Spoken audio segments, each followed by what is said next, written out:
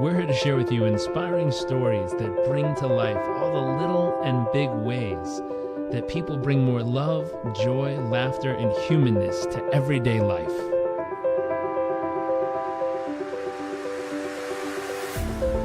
Our focus is the hunt for those little moments that refuel the human soul and reminds us what life is really all about. I invite you to sit back, enjoy the moments, enjoy the stories, the adventures, and the journeys.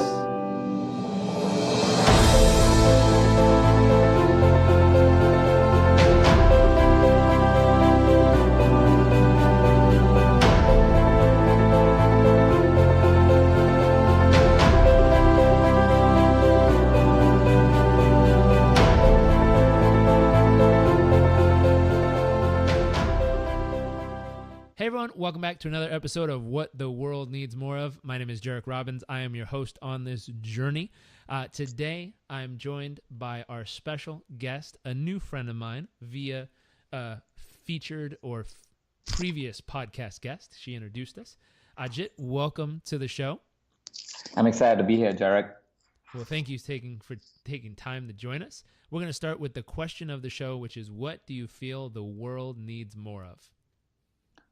Well, the world needs more of love for sure. That is something that we all can definitely use, and there's abundance of it in our hearts, but it's the things that happen around us in our lives on a daily basis kind of takes it away, I feel. So it needs more of us as human beings. More of us is what we bring from the truest of our souls outside to the world. So love, I think love moves it all. I love that. And how do you bring more love to life each day in all that you do? So to give a little bit of a background, I come from a reality. I was born in India. I was born in a small city called Jaipur in India. And as I grew up in that small town, I grew up with 23 other people in the same house. So we were an extended family. So our cousins and my parents' cousins and my grandparents cousins, all of us lived together in a small little house. And that's how I grew up. And in that conditioning, I grew up with the need for abundance, a need for space abundance, need for wealth abundance, need for all types of different abundance. And that initially characterized me or got me to be a person who was very focused on making money. And it was right for me at that time. But what I realized about a few years ago is that as I was creating money and wealth abundance for myself, I was paying for all of that through the rest of my life. My relationship was in shambles. My health was in shambles. I wasn't really connected to my parents. I wasn't really connected to my friends. And the realization would come when it would come. But today, I try and share the love and another value of mine, which is very deep to me, is service. By showing up for my friends, for my family, and for my clients, of course, my readers, but just simply sharing whatever I think is true and honest to me. And I've found through different experiences of my own life or through my clients' lives and so forth. And I try and share that as openly and honestly as possible. I love that. I love that. Love and service. Yes. And it's always interesting how we come across those lessons. But I'm going to ask, along your journey, what's been a moment what's your wow factor? What has been the moments that have helped shape you into who you are today? And maybe what's one or two life experiences that really reinforced it along the journey? It's so funny because yesterday I was talking to we had a seminar. We just finished a seminar yesterday, literally, and I was talking to them and I was sharing the story of how I've had many rebirths in my life, many times that I feel like almost that who I was had to disappear for the new me to show up. And so I wouldn't say there's one belief that got reinstated many times, because I feel like new experiences in life for me shared very different very different version of me came out of that. So there was, of course, some foundational beliefs, but me coming to the conclusion today of saying, hey, my two values that I live by almost every single day, or I intend to live by every single day, every single moment of my life, which is love and service, wasn't where I started. The first thing that I learned was to be brave and make a decision for yourself. And that story happened because I was, like I mentioned, living in a household of 23 other people. And if you are somebody who's from India or know an Indian person, you will know that they tend to be doctors, engineers, or accountants. And that is by because that's how our conditioning is done in India. That's the expectation that the world puts on us, and or our families and our extended families put on us. And I was on track to be an engineer. That's what I was studying to be, only to realize as I was 18 studying for it, and I'd spent all my parents' money in actually studying for it and getting tuition fees for it.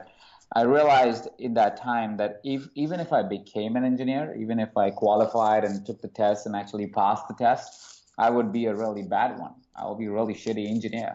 And at the same point in time, I wouldn't be happy doing it because I wasn't enjoying studying to being an engineer. So how could I enjoy the profession itself?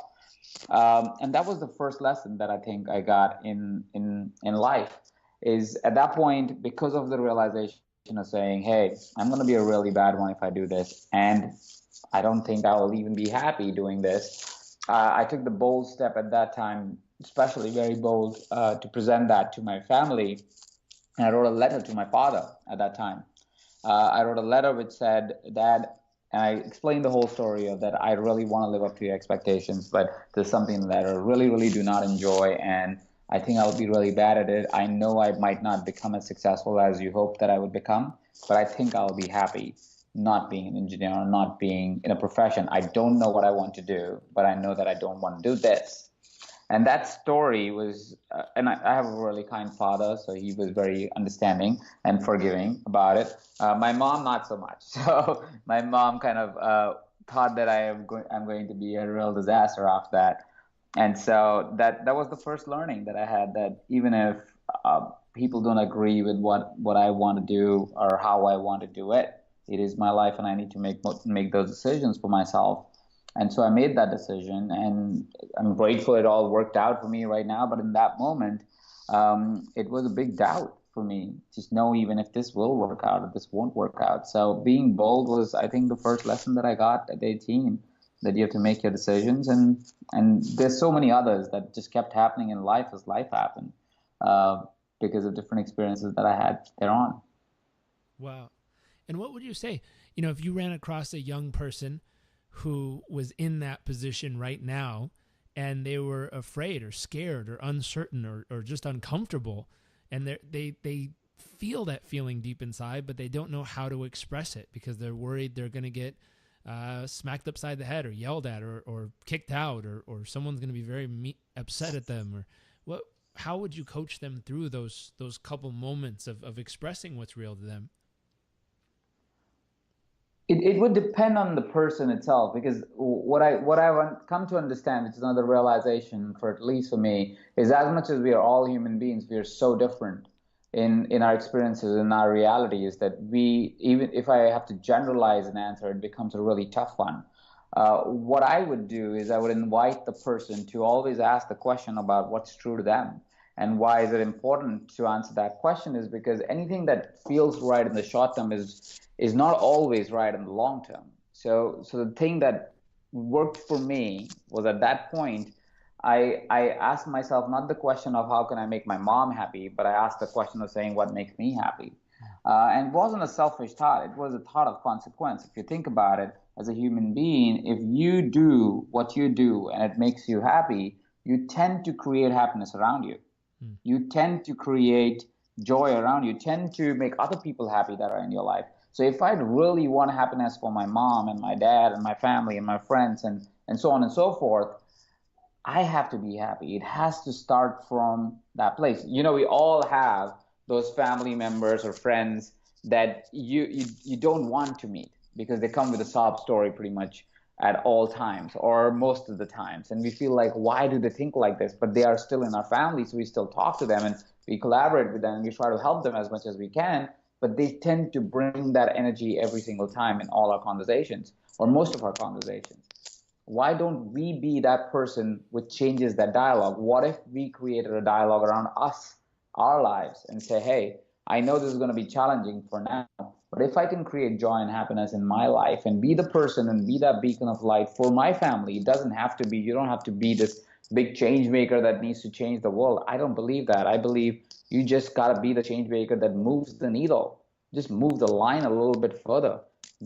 create a small change in the people and the reality that is around you, and you get to be in a new reality at all times. So if I was to coach them, it would need to have a full conversation, because that's just my approach to solving a situation, because I do feel everybody is very unique and independent. It's hard to generalize an answer. But what I would say is question what's important to you, question what's true to you. And if it is true to you, I believe most people are very good people with kind hearts and beautiful hearts. And so there is not going to be a challenge. You'll figure it out. Hmm. I love that, and I agree with it. I believe I've watched so many people nowadays, and it's so hard because you want to help people via a book or a blog or a podcast or something, and you give something in hopes to help many. But so often, like you said, we're such unique human beings. It takes someone really to take time to sit down and understand the world in which you live to be able to really give you a good, solid piece of advice. I saw someone saying that, all men need to learn how to show their emotions better and cry. I was like, no, they don't. Some of them need to learn how to take a punch. Like, Yeah, no, that depends is on so where true. you grew That up is and very what true. you've done. Exactly. And some realities, if you show up and you be vulnerable, is not okay. You're gonna get punched more. For example, like you rightly mentioned, Jarek, Yeah, is sometimes you gotta be learning something else, and eventually you might need to learn to be more expressive in your language. But yeah, not everybody needs to cry. Like that's not a common. It's not a general. You can't generalize an emotion like that. You can't generalize everybody needs to cry. That's not fair. A lot of yeah, people don't like to cry and don't want to cry. It doesn't mean they're suppressing emotions if they're expressive human beings. exactly. I love that. Everyone's unique and everyone has their own unique situation. You got to step into their world. I also like what you said. That there's been many rebirths of you, depending on the circumstance, depending on the situation, depending on what life is calling to you. You've been able to find a new version of yourself each time and bring a new part of you to life to allow yourself to handle it. What a beautiful reflection and way to go about it. I love that. Thank you. Thank you for that. So, with this journey and with where you've come and where you've been and where you are now, what's a moment that's been incredibly humble along the way? One of the most humbling moments that I had was, and this is the most recent one I would say is one of my rebirths, was when I was leading an organization that is a beautiful organization, wonderful company. It's called Mindvalley, and some of your listeners may be aware of the name of the company. And I started that company about 10 years ago as an intern of the company. Now I'm a co-founder of the company, but at that point I was an intern. And for the longest time in my life, what I wanted to do was to become the CEO of the company. I wanted to lead the company. Now, 6 years later, I did become the CEO of the company. But what had happened in the process, which I briefly mentioned before, is that I got what I wanted, and I realized that I had paid for that through my life. I started suffering in context of my health, my relationships, my family, and so forth. And and at that time I realized, and that's why I was humbled about it, is that sometimes you could do everything right, which would seem like it's absolutely right and it's absolutely correct and it looks like the perfect track. And everybody would appreciate you, and you realize that that's just not true to you. You were chasing something because it seemed right. You were chasing something because you were scared to get in really deep with yourself and go, okay, what is true to me? You're chasing something because you were comparing at all times, which are all very common things that we all do, but sometimes that leads you to a destination that's not really your destination. That's not really the place where you really want to go. And so at that time, I realized that you could be the CEO of a wonderful, phenomenal company, make all the money that you want to make, and get all the love from all the world, and still be lonely, alone, and unhappy, and unhealthy, of course, right? Because you lose your body and your soul a little bit in that process, and that realization, it changed me. It made me really, like, I started to look at life as a student again, because at that point I was just thinking, oh, I know this. I was crushing it from the outside world, right? Because if you look from the outside in, I was a little kid who a few years before that was living with 23 other people trying to make $400 a year. Like literally that was my starting salary, $400 a month, sorry, not a year. And from there to where I was, from the outside in, you would think the person's crushing it but from the inside out, I was totally devastated. Except my purpose was on point, was 100% on point. I was having a ball on that field, but I had forgotten about everything else, and I had paid for it through that. So that was a really humbling experience to really realize that life will always offer you to make that change and make that choice. It was very humbling to know you could get everything right from the outside in, and that might actually happen really fast. But will you be able to get it right from inside out, or not even right? More like, will you be aligned to your inside out? Does that make sense, Derek? It does make sense. And sometimes everything you want comes with consequences we're not aware of when we first wish for it. I think there's a really powerful phrase of what you just said. You can get it from the inside out, or eventually get it from the outside in. I think I said that backwards. The outside in, or eventually get it from the inside out. And I think when you come from your heart and you come from that centeredness of service and love, if I understood the concept right, it's from the inside out where the best parts of you come to life, and things find a little bit more balance in that process. Um, Absolutely. it also, Absolutely. Let's reflect a little bit more on that. So usually what I have found, and it could be, I think this is true, especially if you haven't really had a chance to dive into what's true to you as a human being, is that what happens is our goals, our dreams, our ambitions, our how we operate in the world is generally defined by what the world is asking us to do, or an expectation that the world is putting on us. And when I say world, it means friends, family, loved ones, and relationships, and so forth. Your career, your boss, right? There's an expectation that the world puts on us, isn't it? And as these expectations start to come to us, we forget that a lot of times these expectations are not our expectations. These are expectations that somebody else is putting on us. And for some reason, because we're a human being, not some reason, because we are a human being, we go, oh, somebody wants me to do this. I want them to be proud of me. And it could be out of love, but still, we're trying to do something that somebody else is expecting us to do. And when that happens, it, yes, drives you for a little bit, and it does direct you in a direction that may feel like success or sound like success, but does not feel or look like real success to you. And that's what happens when you actually get there.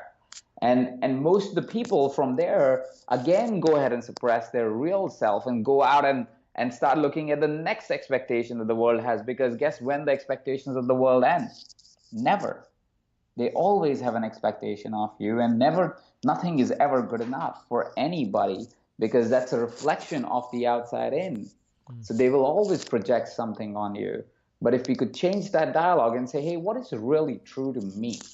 And it doesn't matter if the world thinks I'm a success or a failure or good enough or not good enough, because I'm not living this life for the world. I'm living this life for me. And in the process, the world gets to enjoy me as well. hmm, I love that. I love that. I think there's a thread of spirituality that exists in this, which is, I'm hearing pieces of it. And it takes what you do to a different level as far as just your job or your career or your path. I remember I was, this is going to sound a weird place to have the conversation, but I was in the bathroom at the airport, and a gentleman had walked in, and we were on the same flight, and we'd noticed each other because we'd taken the same flight a few times and seen each other. And he said, hey, I think you're on this plane. I was like, yeah, I am. And he goes, oh.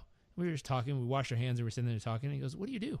And I told him, like, oh, I coach and speak and wrote a book and all this stuff. And he's like, and he said a phrase that has always stuck with me. And it was something that kind of struck me right in the heart. And it made me question everything I had been doing.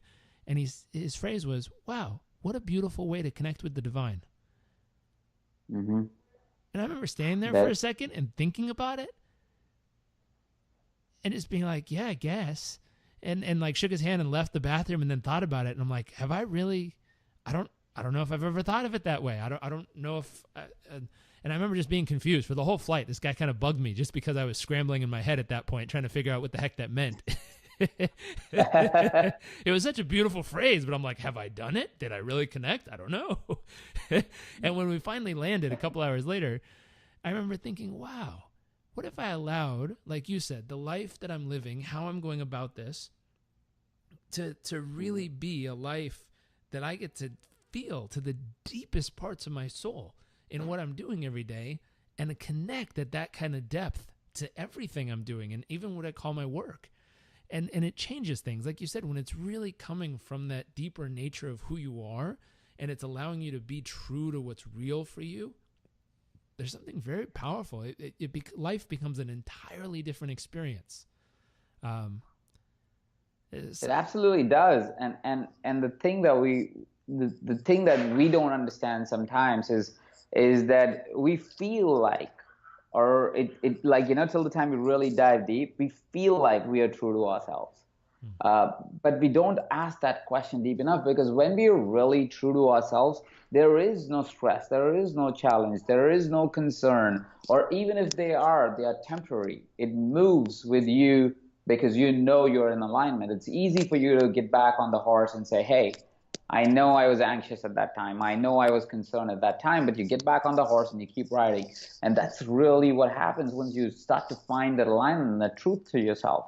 And I think the gentleman, whoever that was very much on point. And we would realize that if we really lived our work like you do, Jarek, is that when you are living your work and you're living your life with your values and whatever your intentionality to the world is, you will tend to be almost as if you're a person that is walking around as a spirit and living really in the awareness of the universe. Now, I know we're going into a tangent that usually we don't discuss, or I don't discuss at least enough of. But spirituality is what? Spirituality is, in my mind, is not a religious thing. And I mean, I'm sure you don't address it as a religious thing as well. But spirituality is being able to fully live your spirit. Your spirit is your values. Your spirit is your intentionality. Spirit is your true soulful purpose and true soulful way of living to life. And that is your values. That is what brings you alive. I love that. And as you tap into that, living your spirit, I love that phrase, living your spirit. As you tap into that and as you live true to it, and the reflections line up, and the pieces align, it's a very freeing experience. Like you said, the worries, the stress, the anxiousness, all those pieces just seem to disappear. And it's like an effortless flow through life. And it doesn't mean bad stuff or challenging stuff doesn't happen. It's just part of it. And for some reason, when you're living true to that, it makes sense. And you go, oh yeah, that's part of it. And you just keep going. And it's almost the really shitty moments even become enjoyable. And it's not that they're not bad or they don't hurt or they're not frustrating or upsetting. It's just there's a weird part of it where it just feels like it's part of the process. And you're like, step 3. Okay, great. It's really interesting. I was trying to explain this to someone the other day, and they were like, well, you shouldn't suppress your emotions. And I was like, it's not even suppressing. It's feeling it so deep, feeling angry, so deep that eventually that anger led you right back to joy. Yeah. I was like, wow. I mean, no, and I absolutely agree in context of saying, hey, like, listen, if you feel your emotions really, often they would not look like it's not when you feel your emotions and you let them into your system. It actually, once it's through it, it's a very different feeling that you get once the emotion goes past your body in a way. I think we're kind of saying the same thing. Yeah. And I think that's powerful what you just said, because a lot of times people go and they don't express it, like really feel the emotion. That's the first part of getting rid of an emotion that you don't want, for example. And also a part of really living the emotion that you do want is to really feel it, let it go through you as it goes through you. Of course, it shouldn't be violent or anything like that. And if that's the case, you may want to consult someone. But anything that is just getting you to get past that emotion and letting you feel it is a beautiful way of getting past the emotion versus anything else. I love that. Here's a question. In your journey, in everything you experience, what's an awe-inspiring moment? A moment that maybe left your jaw on the ground, just observing of like, wow, as it passed or as you experienced it. An awe-inspiring moment. There have been, actually, I probably should. There have been many, of course. It's the beauty of being in the world where we interact a lot, which is personal development, because you constantly are amazed by what's happening around you and people that you meet and the conversations that you have. But I think the one that I would like to talk about more was when it was kind of that moment where it was amazing and awe-inspiring, and at the same point in time, it was like because my heart was kind of going, like getting crushed a little bit, not hard, but more like my ego was getting crushed at the same time. It felt like my heart was getting crushed, but it was really my ego uh, at the same time. And it was when I had the first, so married to my now wife was first my coach actually. Hmm. And she coached me through some leadership challenges, and that's the moment that comes to my mind right now, where like this was that time where I had just like left being the CEO of the company, and I had decided I'm going to pursue my own direction, but I was kind of lost. I was trying to figure myself out again. And in the process, I had become a bad leader. I was always a pretty decent leader, but at that time, it would seem like now that I had lost my touch in a way, because I had become mean and arrogant and cocky in a way, right? Because when that gets to your head, right, success. So it got to my head. So I had become really cocky as a person. And my wife really came in that time of my life. She was writing her book at that time, and we got into this conversation where she addressed some of the things that I was saying. And as she was saying, I was fascinated by her, and that's why it was awe-inspiring. Because it had been a long time somebody corrected me. You know what I mean? It had been a long time that somebody was telling or showing me what I could change. So I was in complete awe of the goddess that was in front of me. Hmm. And at the same point in time, my ego was getting smashed to pieces, because I was like, damn, I thought I got this, and I really don't. So it was kind of like a very interesting moment. Yeah, Hmm. it was amazing and beautiful and gorgeous at the same time. Yeah, it How powerful. It was takes a amazing. powerful human to be able to stand in front of you and show you such a deep mirror, yet you still love them on the other side of the process and think they're beautiful and know they're beautiful through it. Yeah, and I think it's the intention that we show up with, man. I mean, if we all come from a place of just a little bit more humility, a little bit more saying, "Hey, how can I help?" From love and service. That's why those values stuck out for me. I think we all can stand in that power, Hmm. for ourselves, firstly, because that's, I think, is very important. We often ignore it, and then for other people as well. But I think first is us, because sometimes I do feel as human beings we tend to be so giving and so wonderful, that we can do it for others, but we can't do it for ourselves. Hmm. So true. So true. I think someone said if you wouldn't say it to your best friend, you shouldn't be saying it in your own head. I was like, yeah, that's true. And they were designating that half the stuff people say to themselves are so mean and so vicious in their own minds that they would never say that to a stranger or even their best friend. Like it wouldn't come out of their lips, but for some reason they can shout at themselves in their own head. It's crazy. Yeah, it is crazy. It's insane. Here's a And we, question. and we Oh, yeah, go on. No, no, go on. so here's a question. What's your greatest fear? My greatest fear. So, at this point, I'm not really scared about anything. I used to think I was. So here's what happened. This is also a tangent of life. This is also why I say that some of my rebirths have been so insightful and helped me so much. So I didn't know how to swim. And for the longest time, that was my challenge. That was my greatest fear, was that I will die one day in ocean, because I was living in ocean towns at all points. I still do. I live in Los Angeles. It's like the ocean's right here. And so my greatest fear used to be water. But when my latest rebirth happened, I started to say, if I really want to find myself, I have to face whatever demons I have, right? So I jumped from the plane, and I bungee jumped, and I went into the ocean, did scuba diving. On all of those physical fears that I could think of, I think are gone at this point, or at least I can't think of one. What I do have is emotional fears, Hmm. more like fears that I know they're there, but they're not life threatening. They're not like where I would go like, oh, I will die. It's not that kind of fear, right? So, for example, one of my biggest fears is that I would not be good enough for what I do.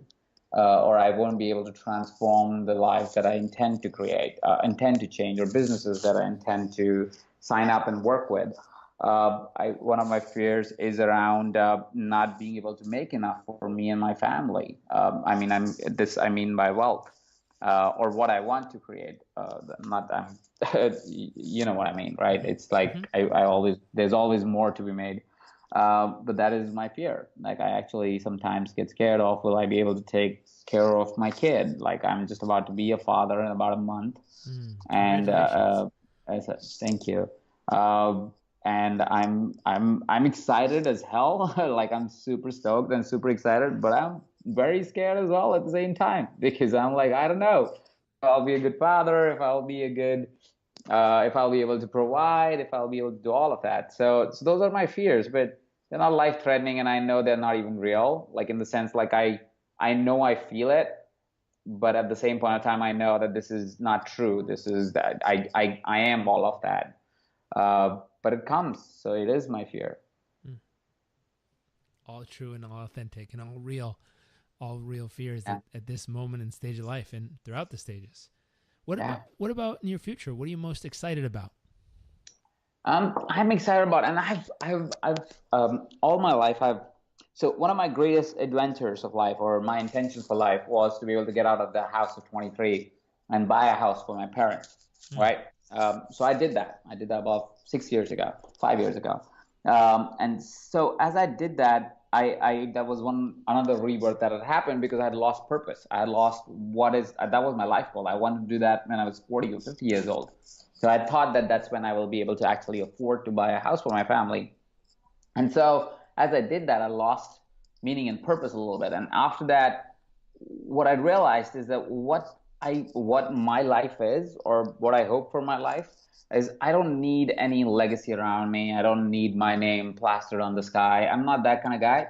What I do want to do is, if I can move the needle, if I can move the line, if I can help one more person in any way, and have a good time with my life doing that. So I'm not somebody who says I'm willing to sacrifice my life because I want to help other people. I want to live my life beautifully, and I want to help other people live their lives beautifully. And with that intention and that purpose, that's really what I show up for every single day. If I can contribute, if I can share through experience, through strategies, through whatever skills and abilities I have, and be able to contribute and be able to move a little bit further as humanity towards a positive direction, that's what I want to do. That's my vision for my life. That's the purpose of what I think it's why I exist, and that's what I try to do every single day of my life. Mm. I love it. I love it. I love it. Another podcast guest in, I think it was episode 5 or 6, he talked about he wanted to be the man who rewrote the stars for his family lineage. Mm-hmm. I think it reflects closely to what you said. The person who moves the line, who moves the needles, Mm-hmm. who says, "Hey, things will be a little different because I was here." And I love that. It's a very Yeah. humble approach, and it's a very real approach, and it's very attainable, with a lifetime of focus and practice. Luckily, it doesn't happen in a day, but the beauty of it is with that focus and consistency, it'll happen. And what a beautiful thing to be dedicated to. That's awesome. Thank you, Okay. man.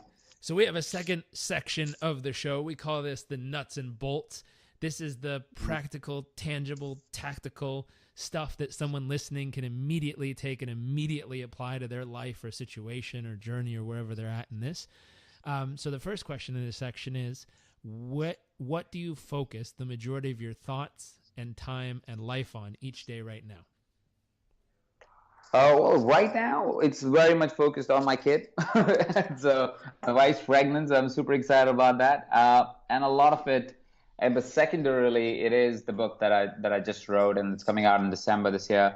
And that focuses on living big, which is an intentionality of saying, hey, you can have it all, whatever you want. It's by design. If you can create the design around it, you can actually achieve whatever you want to achieve financially and with family and relationships and everything. This is the research project that I did after my last rebirth, if I may. And that kind of is where I'm focused on right now, to really take this message and see how far I can take it and how far I can spread it, and bring attention to people that they can redesign their life by a few perspective shifts and a few insights and few few thoughts that if they would consider, it might shift the reality that they operate in. I love that. Now, here's a question. In that process, what's one Mhm. major key to success with it?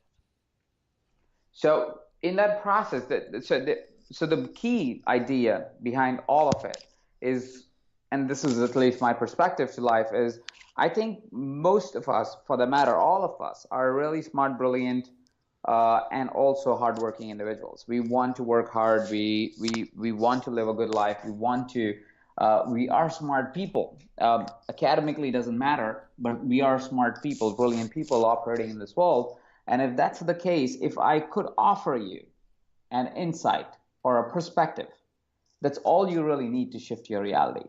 You will find your strategies, you'll find your step by step, you'll find your structure, your process, or however you think about it, you will find that yourself. And I truly believe all human beings are capable of that, with maybe a little bit of help here and there, but mostly it's the perspective that matters. It's the insight that matters. The way we view a certain thing that matters. So my intention and my core of this book as well is to say, hey, can I offer you perspective shifts? And I'm not trying to give you a strategy. I'm not trying to give you a tool. What I'm trying to give you is the strategy is to find a new perspective, is to change the lens. And if you can change the lens, you can change your reality. Hmm. I love it. Change the Mm-hmm. lens, change your reality. I love Yeah. that. For example, and this is what especially because the book was written in perspective and is written in perspective of entrepreneurs mostly. But here is one of the things that I talk about in the book in a chapter called Time Challenge is the reason why I share this is because there's also a tool, but at the same point of time it will show what I mean by perspective shifts. And this is one of the favorite things that most of the other interviews that I've done, the entrepreneurs especially tend to love it, is that the truth about my life right now is because of the past experiences that I had. I said I need to look at my life differently. I don't want to look at my life with the perspective of work, which is most of us do that. We'll go, okay, what's my work and what do you do and who you are? Usually the answer is the work answer, right? This is who I am. I'm a teacher. I'm a coach. I'm an educator. I'm an entrepreneur. I'm a farmer. I'm this. I'm that, right? But that's your work. That's not your life, right? And so I said, hey, I don't want to be restricted to that. That's my work. Yes, that's my purpose. That's how I take myself to the world. But there's also my own world, right? So I said, how can somebody live a complete life if as workers, as employees, we expect to work 8 hours a day, 8 to 10 hours a day. As entrepreneurs, we are expected to work 12-hour days, right? Nobody's expecting you to work less. The more and more dialogue around entrepreneurship is how do you work more, hustle harder, right? Work extra hours. And that sounded to me insane. And that's the life that I lived for the longest time. And I said, that doesn't sound fair. That doesn't sound like joyous to me. So I said, okay, what is it that I can create as a shift in reality? And I started to research about time. And I'm offering this as a perspective shift. If you really study time and time on how it really works, you will see if we balance out the understanding of time with how human beings operate, we can create a completely new time paradigm for us to be able to operate with a lot less hours, getting a lot more result in those time, right? So here's the perspective. Firstly, I studied something called the Pareto's principle. Pareto principle simply states that 20% of your activities get 80% of the results that you get in anything that you do, right? What is interesting about Pareto principle is once you do the 20% of the 100%, you take that 20% and do a 20% of that as well. So you do the 80-20-20. So you take the 20% of the 20% that creates 80% of the results, and you would find that 20% usually creates about 70% of the results, 67, 70% of the result of your company or your work, whatever professional work you're doing. And if that's true, that means that if we optimize that one activity or two activities, because that's what it'll boil down to, you probably can create much more massive shift without having to do all of it. Does that make sense? It does. Right? Now let's go to the second part of it, because that's just one perspective. Second perspective is something that is called the Parkinson's law. Parkinson's law states that work will always fill up the time that you assign to it, right? So that means if you give a task 1 hour, you will take 1 hour. If you give that task one day, you will take one day, right? And if you test that in your reality for everybody, irrespective of the personality type you are, you will see that you tend to finish your task closer to the time that you assign to it, right? And that's just human behavior, right? So I said, all right, so Pareto principle says you need to do the 20% of the 20%. Parkinson's law says if whatever time I'll assign to this task, I'll get it done in that time. Then I went into and studied this book called Deep Work by Cal Newport. Phenomenal book and highly recommend. And in that, Cal Newport kind of argues the idea of that if you invest a dedicated amount of time, an extended amount of dedicated time to a particular task, you will have a higher quality of output versus using something which is called fractured time, which is while you're doing your task, you're doing other things as well, right?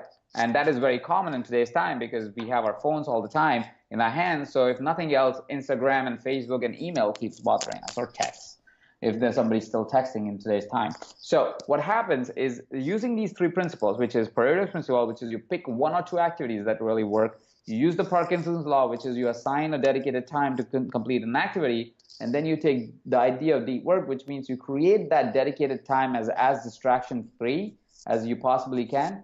What I found is you can most of the time get the work that takes you 40 to 60 hours a day, 40 to 60 hours a week can be done in 20 hours a week. But if you can follow these three principles. So I personally follow a 4x4 principle. By 4x4, it simply means I work 4 days a week, 4 hours a day. That means 16 hours a week is all I dedicate my time in the business. And that sounds mind-blowing to people because nobody can imagine how would you work so little. And this is not a 4-hour work week theory. I don't believe the 4-hour work week. I don't believe as an entrepreneur you can sit on a beach and do nothing.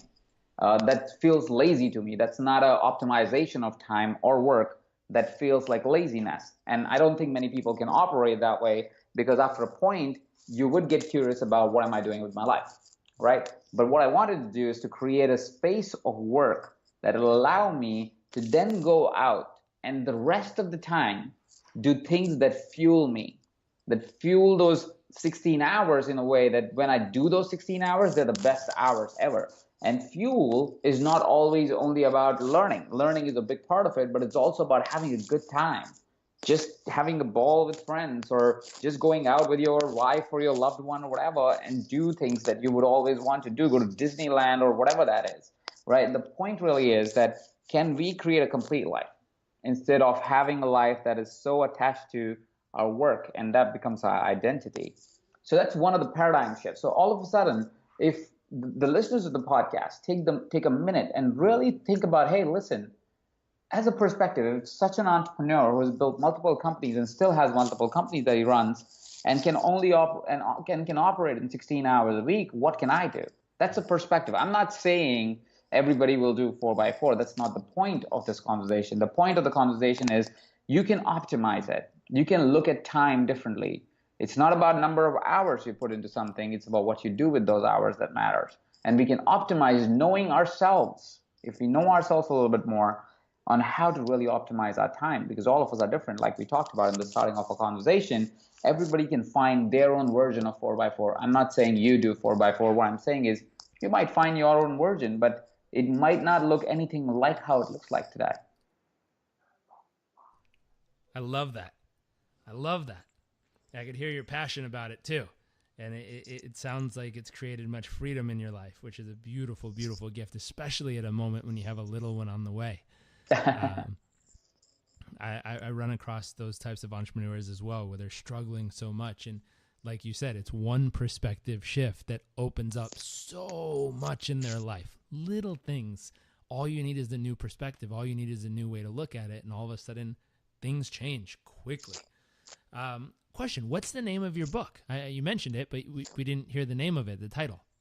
The name of the book is Live Big, Entrepreneur's Guide to Passion, Practicality, and Purpose. It comes out on December 11th, 2018. Okay.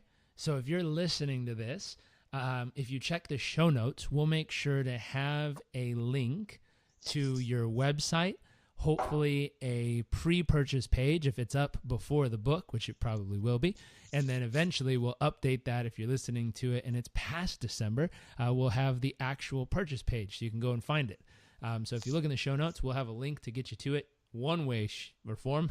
But go to the show notes, use the link. It'll take you right to it, and we'll help you get a copy of this book. I'm looking forward to getting a copy myself. It sounds brilliant. Thank you, Jared. Let's see. So we have our final question. You just gave us a great strategy, but what's one tip that someone could use to experience the kind of success that you've had in your life in theirs? One tip. If I could give one advice, and if I could give this to my old self when I started my journey, is that treat people like people.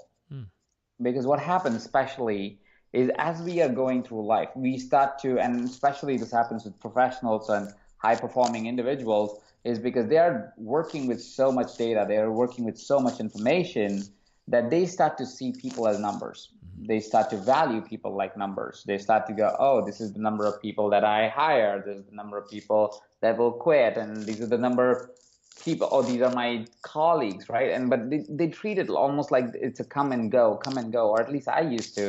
And I've found a lot of people do that. And I think it's important for us in today's time to understand that people are people. And if we think about our game and our life in the context of the next 3 months, nothing matters. And so people don't matter.